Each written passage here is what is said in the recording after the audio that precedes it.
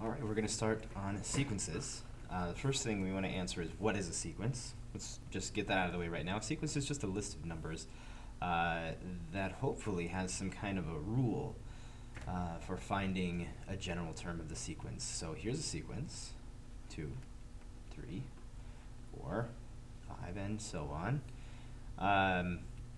So the rule here would be that whatever term you're on, that's the number in the sequence. And you might say, no, the rule is add 1. Why didn't you say that? Why didn't you just say add 1 as the rule? If you remember, that's the difference between a recursively defined and an explicitly defined sequence. You have recursive, which is basically saying what the pattern is. Add 1 to get the next term. Explicitly defined is saying, for the first term, and to say the first term, we say n equals 1. For the first term, just let the term be the number of the term. For n equals 2, let the term be the number of the term. For the third term, let the term be the number of the term, as opposed to something like 2, 4, 6, 8, and so on. In this case, you might say, well, add 2. Add 2 is the pattern. But add 2, while it is a pattern, yes, is not a rule. The rule for finding the 100th term is really what we want to think about. What is the 100th term? Do I want to add 2 100 times to figure out what the 100th term is? Really, I would add 2 99 times to get the 100th term, but you get the idea. No, I don't want to do that. That's going to take forever. And I can clearly see it doesn't have to come to that, right? This is just the first term, right, is 2. The second term is 4. Second term is 6. These are all just multiples of 2. So if n equals 1, you just take 1 multiplied by 2 and you get 2, right? So 2 times 1.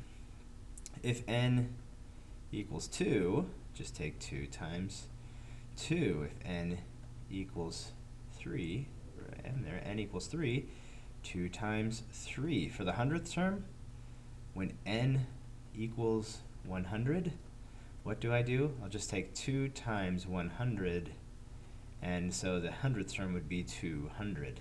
Right? So it's that explicit rule. In this case, the way we say the nth term is a sub n. The nth term is 2 times n. Right? So given a rule, we're going to want to be able to write the first few 5 or 10 terms in the sequence. So we want to understand what this rule means and how to use it. Then we're going to want to come up with this rule, right? You want to be able to come up with 2n for this sequence here. All right, that's a good line. So we're going to write the rule for a term in the sequence. Here's a bit of a challenging one. How about 2, 4, 8, 16, 32, okay? And the question here is not what's the pattern. The pattern is clearly multiplying by 2. That's easy enough. But how do I find the 100th term without having to multiply by 2 99 times, right? 1, 2, 3, 4, 99 times to get to the 100th term. How do I do it? How do I create a rule that I can plug 100 into and get what the 100th term would be? How do I take 1 and turn it into 2? And with the same rule, take 2 and turn it into 4. Take 3 and turn it into 8. So on and so on and so on. Well, if I take 2 and raise it to the nth power, let's see what happens. 2 to the 1 is 2, 2 to the 2 is 4, 2 to the 3 is 8, 2 to the 4 is 16, 2 to the 5 is 32. And now that works. And now 2 to the 100th will give me the 100th term. Or it seems like it would. I don't know for sure. Maybe the next term would not be 64 for some reason, and it would be, I don't know. That's why you'll see in this the directions it says for the apparent nth term, apparently, 2 to the n is the rule. But if the next term were 33, and what would be the rule for that? I don't even know if there would be one. So apparently the rule is 2 to the n. Okay. We're only interested in sequences really in the long term that converge. We want these sequences to, the terms to narrow down to a number, a particular number, right? We want the limit as n goes to infinity for our rule. We want it to be some number. We don't want it to be infinity. We don't want it to bounce back and forth between two numbers. We want it to be 0, or we want it to be 1, or we want it to be -2. We want it to narrow down to something. Okay. If it doesn't do that, if it goes off to infinity or bounces between two numbers, then it diverges. Okay. And a lot of what we're going to talk about is how do I figure out if it converges? What are some different strategies for figuring whether it converges or not? Okay.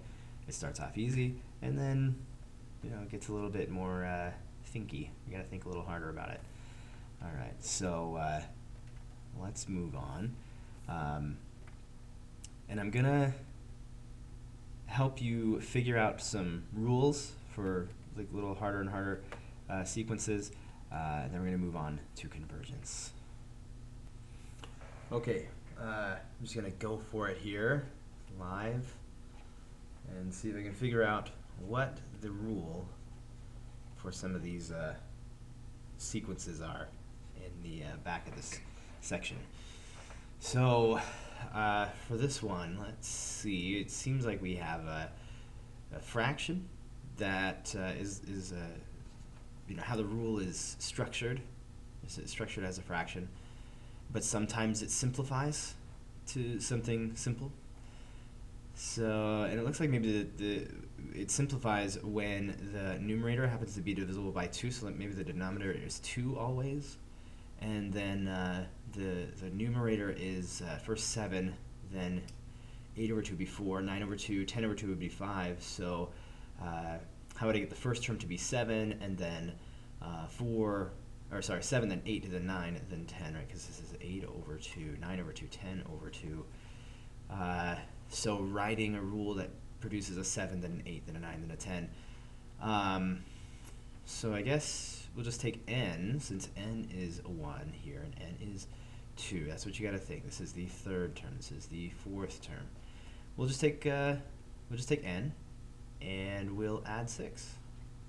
n plus 6, how's that work? 6 plus n, 6 plus 1 is 7, 6 plus 2 is 8, 6 plus 3 is 9, and so on and so on and so on.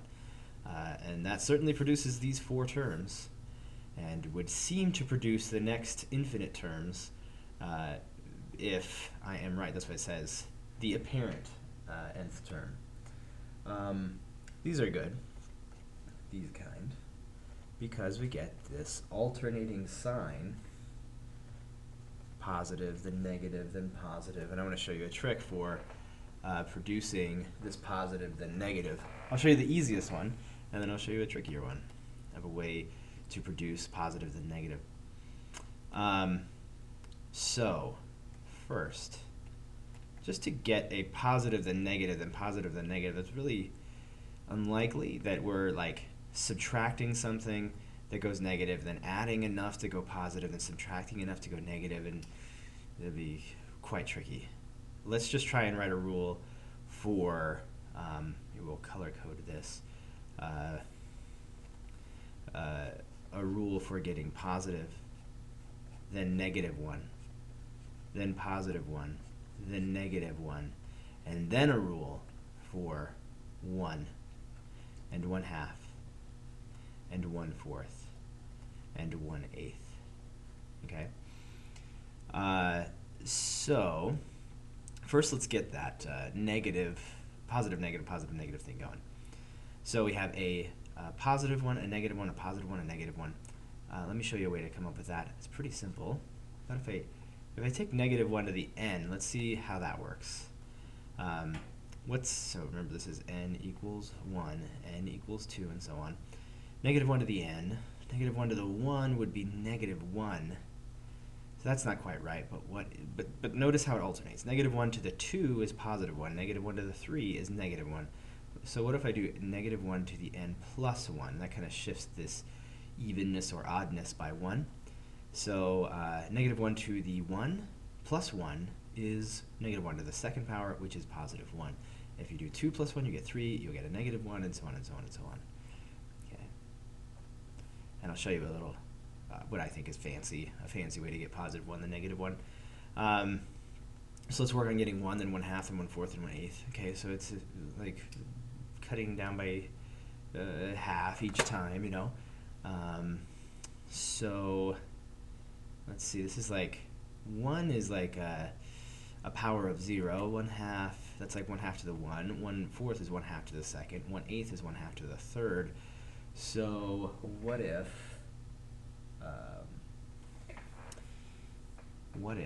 I say 1/2 to the n? It's not going to quite work because 1/2 to the 1 would be 1/2, which would make this 1/2, and this 1/4, and this 1/8, and this 1/16, and so on. So how about if we do n minus 1 here? That way, this will be 1/2 to the 1 minus 1, 1/2 to the 0 is 1. 1/2 to the 2 minus 1 is 1/2 to the 1, which is 1/2, and you can see how that produces a 1 and a 1/2, a 1/4, and a 1/8. This produces the positive, the negative multiplier that makes us alternate back and forth. And so I'll show you the what I consider a fancy way to go from negative 1 to positive 1 and so on, back and forth, back and forth. What's a function that goes back and forth between positive 1 and negative 1? The sine function does that. But even better, the cosine function, if you'll remember from maybe the graph. Well, maybe let's see. 0. Yeah, that'll work well. The cosine goes like this, right? Like at its beginning,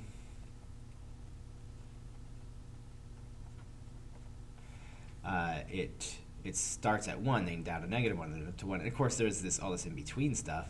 But if we can get it somehow to just like go 1, negative 1, 1, negative 1, that would work nicely. So how about the cosine of, let's throw something with n in there so that that when we throw n in there, the first time we get is 0. Then we get what? When do we get a negative 1 for the cosine? At pi, and then here at 2 pi, and then here at 3 pi. Okay, so obviously it's like some integer times pi. And if I just do like n pi, then I'll get the cosine of 1 pi, which is negative 1 here when n is 1. So not quite. What if I did n minus 1 pi? N minus 1. Now, when I plug in 1, I subtract 1, I get 0. 0 pi. Cosine of 0 pi is, whoa, positive 1. The cosine of 2 minus 1. 2 minus 1 is 1. 1 times pi. Cosine of pi is negative 1. Okay, so this will alternate. It's easiest, right? Negative 1 to the power, adjust the power so that it's odd when it needs to be, even when it needs to be. But I always like throwing that one in there because it also works. Let's do one more rule for a sequence.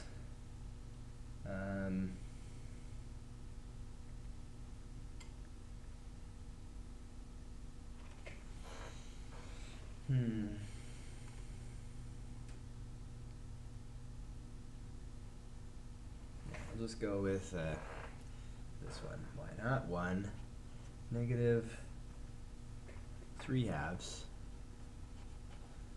positive 9/4, and negative 27/8.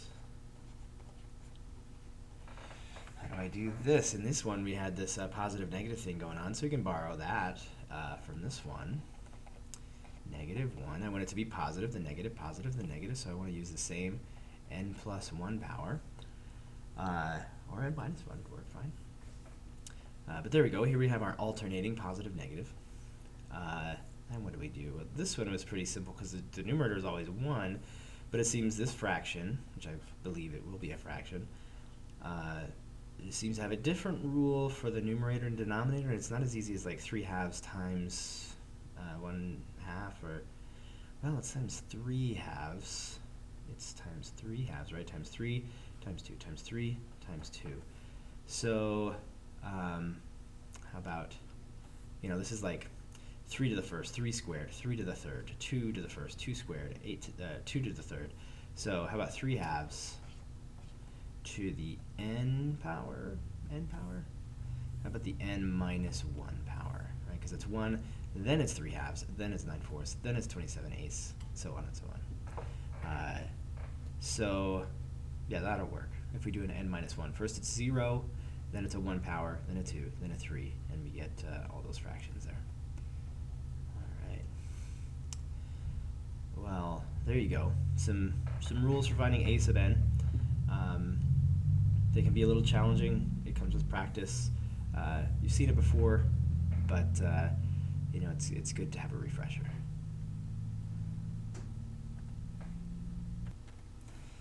Okay, so now let's move on to the question, does this sequence converge? And really, like I said before, all we have to do, maybe for simpler sequences, is just ask ourselves, what is the limit of this sequence? Or if I thought of this as a function, what is the limit as x goes to infinity of 1 over x? And if this goes to some number, so does this, right? The difference between these two is that n is always an integer. In this case, x is any real number. Let's say any positive real number. But if this goes to some number, this must too, because just because I'm only including the integers doesn't mean that it should converge any differently than this does.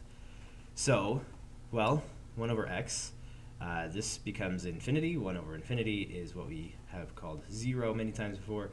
So this must converge, converges to 0. Okay. What about this guy? A sub n equals 1 plus 1 over n to the n. So what's the limit as x goes to infinity of 1 plus 1 over x to the x? You might think about it for a minute and say, well, it must, this goes to infinity, so this goes to 0, 1 plus 0 is 1, 1 to the infinity is 1, so maybe it's 1.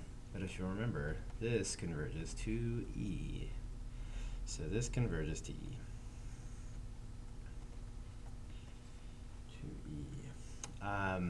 Okay, how about something like a sub n equals x squared over 2 to the x minus 1. Does this converge? Well, what's the limit as x goes to infinity of, sorry, these shouldn't be x's, these should be n's.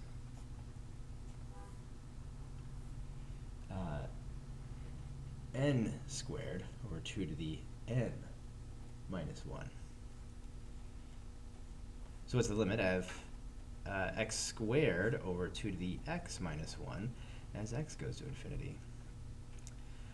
That is hard to say because if I put infinity here, infinity squared is infinity, like infinity times itself, and here 2 to the infinity is 2 to some big number, 2 to some very large exponent is a very large number, minus 1, whatever, that doesn't really matter. But I get this infinity over infinity. How do I find the limit of infinity over infinity? I have to figure out which infinity is bigger, which infinity is getting bigger faster. That all comes down to L'Hopital's rule, right? So we take the derivative over the derivative and see what's happening there. So this equals the limit as x goes to infinity of the derivative of x squared over the derivative of 2 to the x minus 1. So the derivative of x squared is 2x. The derivative of 2 to the x minus 1 is the natural log of 2 times 2 to the x, or sorry, natural log of 2 squared, no, natural log of 2 times 2 to the x, okay, minus the derivative of 1, which is 0. So does this converge? What's the limit of this as x goes to infinity? This goes to infinity. This goes to infinity times the natural log of 2, which is just some constant. So again, we have infinity over infinity. So we'll take the derivative again. This certainly seems to be kind of simplifying. So the derivative of 2x is 2 over, well, we're just going to take the derivative of 2 to the x multiplied by the natural log of 2 because it's a constant. So we're going to get the same thing again, so we're going to get the natural log of 2 squared times 2 to the x. Now, what is the limit as x goes to infinity? Well, the limit of 2 as x goes to infinity is 2, so this is 2 over infinity, right? 2 to the infinity is infinity times the natural log of 2 to the squared. And it's even more infinity than it was to start with, or it's actually a little, what is this? The natural log of 2 is negative. But still, even if it's negative, 2 over infinity is going to be, or negative infinity is going to be 0. Right? It's going to go to 0. So since this goes to 0, this converges to 0. 0. Okay. So simple identifying or evaluating limits. Another limit that's special that we might remember. And this converges. It converges to e. It doesn't have. You don't have to converge to 0. You can converge to some number.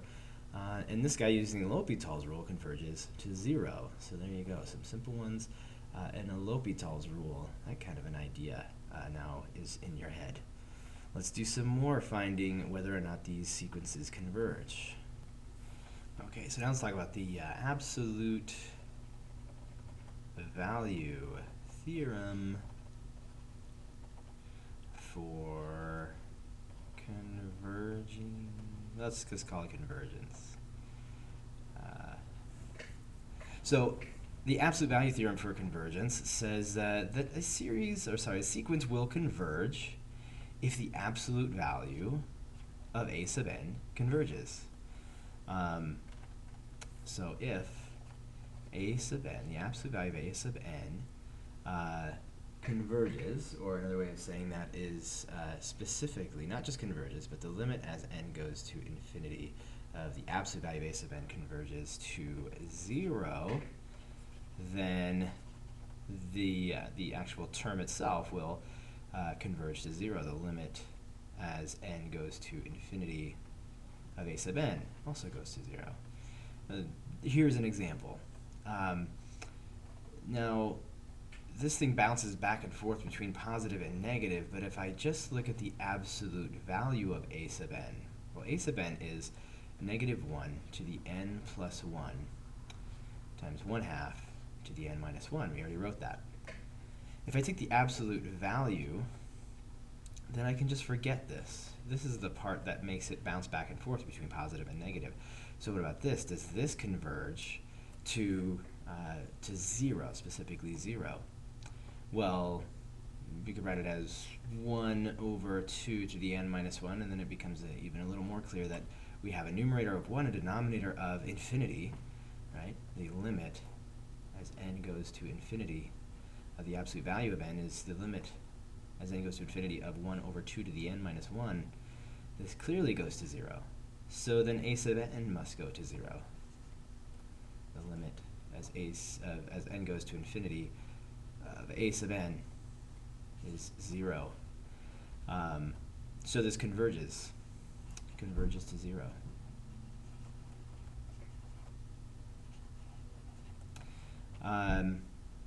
And I think that's a pretty straightforward thing, right? It's bouncing back and forth between positive and negative, but kind of narrowing down to 0. So overall, it must go to 0. But I want you to just think about this for a second, just a mind thing. I don't know, thought experiment. What about if the limit as n goes to infinity of the absolute value of a sub n were to go to, for example, 1? Why does it have to go to 0? Could it go to 1?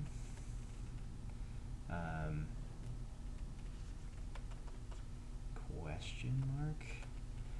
Right? Why is it important that it goes to 0, or could it just go to any number? It's just a think about it kind of a thing. Nothing really is going to come of it. You're just going to think, and you're going to be better for it, I guess. You're going to be smarter and better. You're just going to be better than yourself a few seconds ago, and better than everyone else. Okay. All right, now we're going to talk about monotonic sequences. There's a weird word. It means a really simple thing. it means that either every term is smaller than the term before it, okay, or I suppose they could be equal. All right, so every term is smaller than or equal to, lesser than or equal to the term that comes after it, or the other way around. It's bigger than or equal to every term that's after it. Okay, so if it's either staying the same or getting bigger, we call it monotonic.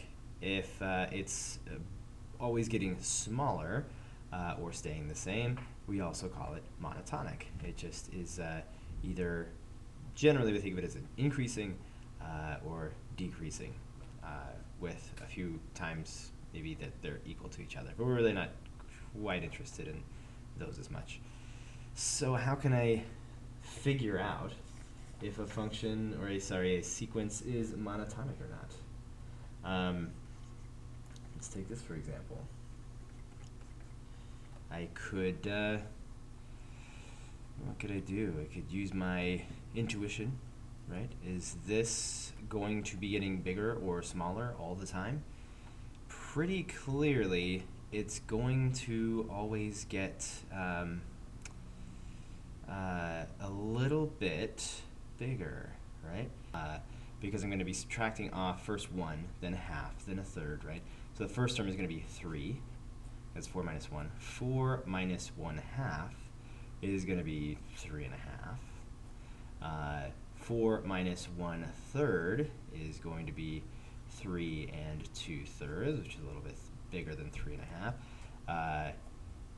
Next, I'm going to subtract a fourth, so 3 3/4, right? So it's always going to be just a little bit bigger than 3, and actually getting closer and closer and closer. As I subtract a tinier and tinier piece off of 4, it's just going to get closer and closer and closer to 4, but never quite get to 4, right? So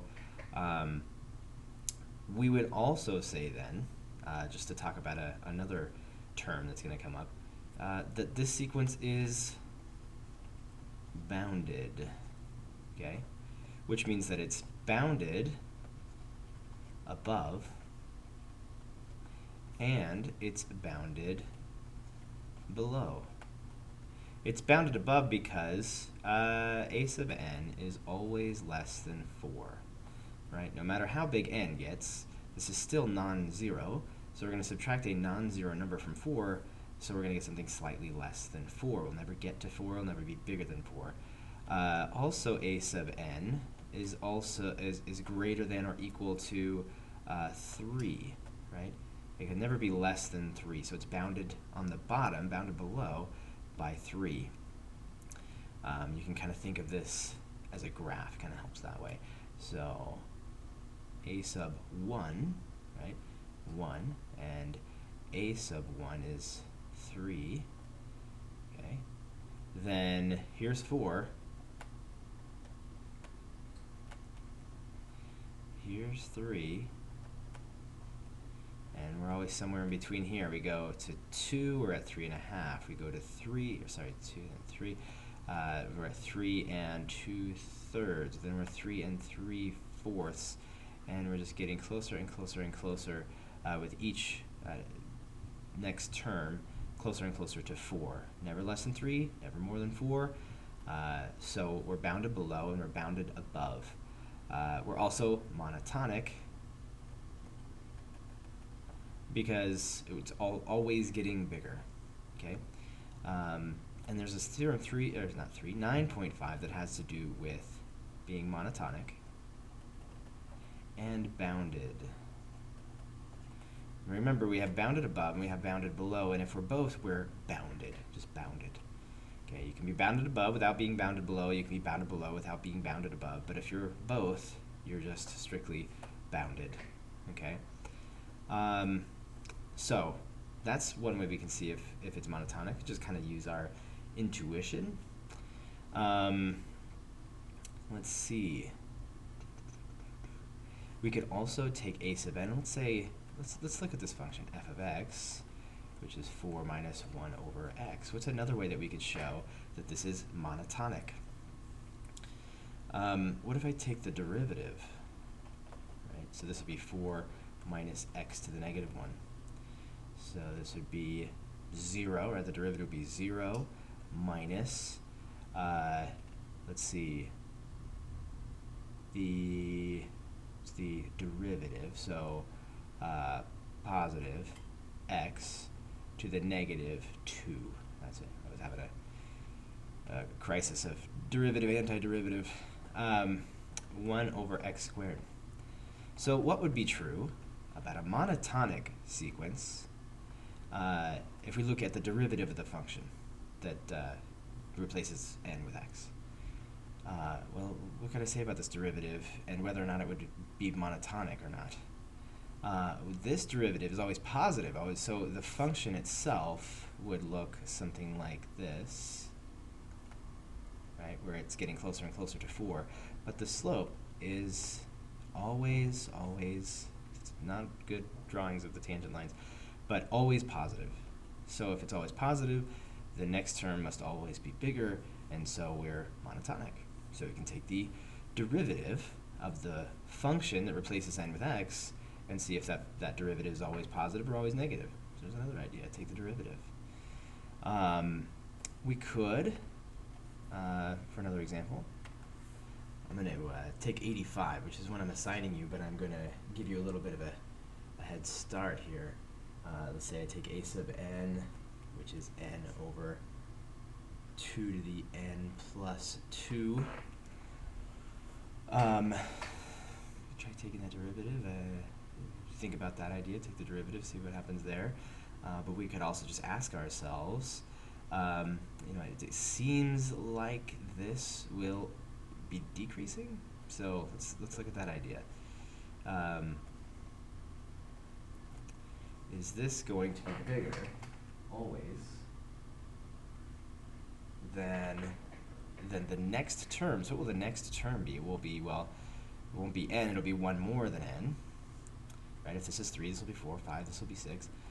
So the next term will be the next number after n, and then in the denominator it will be 2 to the n plus 3.